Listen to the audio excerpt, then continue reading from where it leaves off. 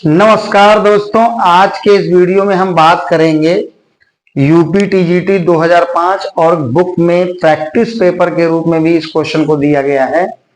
तो आइए जान लेते हैं ये क्वेश्चन क्या है। लेकिन उस क्वेश्चन को जानने से पहले पहले एक कॉन्सेप्ट समझिए। क्या आपने यंग का डबल स्लिट एक्सपेरिमेंट पढ़ा है?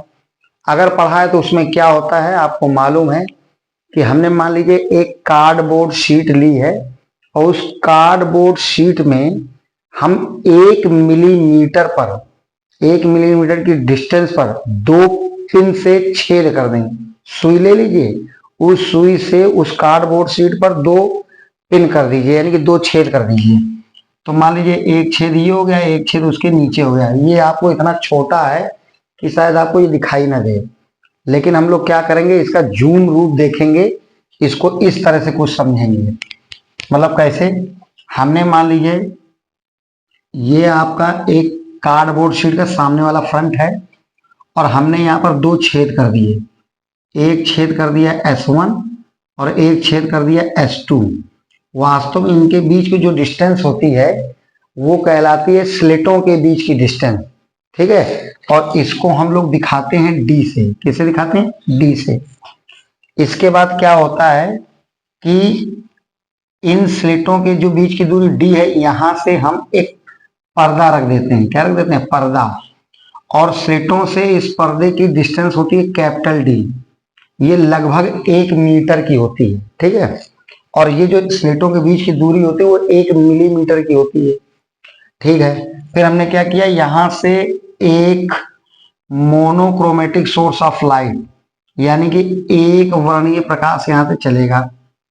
अब आपने पढ़ा है कि यंग ने ये बताया था कि अगर हमने ये छेद कर दिए तो जितने वेग से, जितनी वेलोसिटी से यहां से ये लाइट चलेगी, उसी वेलोसिटी से यहां से, मतलब ये जो S1 और S2 हो, ये खुद एक नए सोर्स का काम करने लगेंगे। यहां से एक और नई तरंग प्रकाश की चलने लगेगी यहां से, और ये जाके यहां पर क्या करेंगी, इंटरफेरेंस करेंगी, ठीक है। यहां पर ये जाके ऐसे मिलेंगी।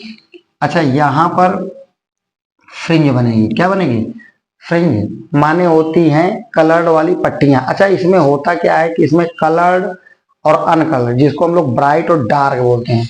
जैसे मान लीजिए यहाँ ब्राइट बनी तो उसके जस्ट नीचे डार्क, फिर ब्राइट, फिर डार्क, इस तरह से बनती चली जाती है, ठीक है। और यहाँ पर जो इसका जो मिड पॉइंट होता है, यहाँ पर ये मान लीजिए O पॉइंट, ये सेंट्रल ब्राइट कहलाता है, यानी ये केंद्रीय दीप्त फ्रिंज कहलाता है। कुछ इस तरह से ऑपरेटर्स आपने सिस्टम पढ़ा होगा। तो वहां पर जो फ्रिंज की चौड़ाई का फार्मूला आता था, यानी कि यहां से जो निकलता था फ्रिंज की चौड़ाई, उसका फार्मूला होता था W बराबर D लैम्डा बाई D। अब आपको मालूम है D क्या है? स्लिटों से पर्दे की दूरी। ये स्मॉल d क्या है? स्लिटों के बीच की दूरी। लैम्डा क्या है? जो ये लाइट निकल रही है, जो लाइट हमने यूज की है, उसकी वेवलेंथ है, ठीक है। अब हम अगर आपसे कहें इस क्वेश्चन के लिए कि इस क्वेश्चन को जरा 2 स्लिटों के लिए लिख के दिखाओ, ठीक है। मान लीजिए पहले स्लिट की जो चौड़ाई है, यहाँ W क्या है? फ्रिंज विड्थ, फ्रिंज की चौड़ाई है।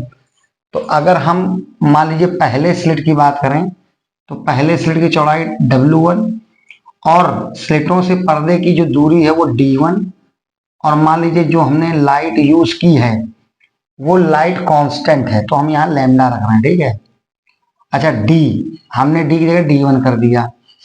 अच्छा, इसको हमने इक्वेशन नंबर फर्स्ट मान लिया, ठीक है। इसी फार्मूले को देखकर दूसरे फ्रिंज के लिए लिखोगा तो यहाँ हो जाएगा D2, हम लैम्डा कांस्टेंट मान ले रहे हैं यहाँ पर, ठीक है। और D की जगह D2 कर दो, इसको आप इक्वेशन नंबर सेकंड मान लो। अब ऐसा करो, 1 और 2 को डिवाइड कर दो, 1 और 2 को डिवाइड, तो ये क्या आ जाएगा? ये आ जाएगा W1 बाई W2 इक्वल, पहले का चौथी से मल्टीप्लाई होगा, यानी कि D1 lambda into D2 upon दूसरे का तीसरे से मल्टीप्लाई होगा, यानी कि D1 into D2 lambda. Lambda से लैम्डा कैंसिल आउट हो जाएगा, ये आ जाएगा W1 अपॉन W2 इक्वल, ये हो जाएगा D1 upon D2 into small d2 upon d1। ये एक हमने फार्मूला निकाला। ठीक, एक बार मैं जरा कैमरे में देख लेता हूँ। ठीक है, अब भैया जी हम सवाल पढ़ना शुरू करते हैं। ठीक है, अब आपको सवाल समझ में आएगा। अब देखिए क्या कह रहा है। यंग के प्रयोग में यदि दो स्लिटों के बीच की दूरी आधी कर दी जाए, मतलब स्लिटों के बीच की दूरी आधी की जा रही है। मान लीजिए पहले स्लिटों के बीच की दूरी d1 बराबर d रही होगी, तो अब हम जो d2 कर रहे हैं स्लिटों के बीच की दूरी, इसकी आधी कर रहे हैं। हाँ या ना, ये बात आपको समझ में आ गई होगी। तथा स्लिट और पर्दे के बीच की दूरी को डबल किया जा रहा है। स्लिट और पर्दे के बीच की दूरी को किससे दिखाते थे? डी से दिखाते थे। तो d1 बराबर हमने मान लिया पहले d है।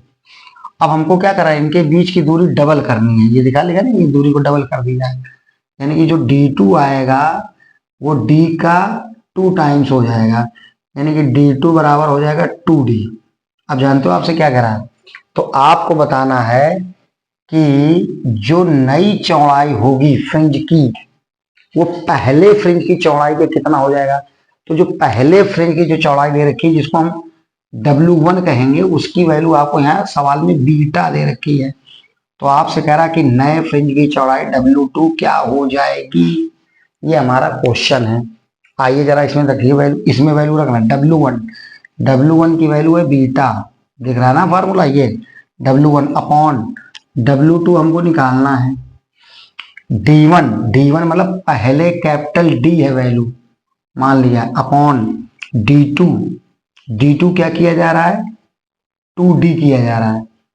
ठीक है, इंटू D2 D/2 किया जा रहा है। ठीक है, और इंटू D1, ये D1 कितना है, D1 है D। बोलो भाई क्या क्या होगा, इस D से ये D कटेगा, इस D से ये D कटेगा, ये जाएगा बीटा अपॉन W2 बराबर, ये हो जाएगा 1/2 ना, हो जाएगा ये हो जाएगा 1/2 इंटू 1/2। ये 2 दूनी 4, 4 बीटा उधर हो जाएगा और W2 उधर चला जाएगा, यानी कि W2 बराबर हो जाएगा 4 बीटा। ठीक है, W2 बराबर हो जाएगा 4 बीटा। इसका कुछ मतलब समझे, जो पहले फ्रिंज की चौड़ाई बीटा थी उसका 4 टाइम्स हो जाएगा नए फ्रिंज की चौड़ाई। इसका आप स्क्रीनशॉट ले लीजिए।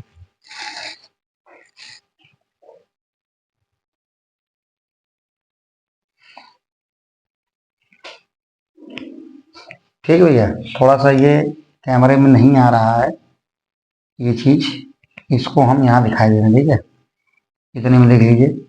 तो ये हो जाएगा बीटा अपॉन W2 इक्वल, ये हो जाएगा 1/4, ये उधर चला जाएगा, उधर चला जाएगा, यानी कि W2 की वैल्यू आ जाएगी 4 बीटा, यानी कि W2 कितना हो जाएगा, पहले जो चौड़ाई थी उसका 4 टाइम्स हो जाएगा। इसका स्क्रीनशॉट ले लीजिए।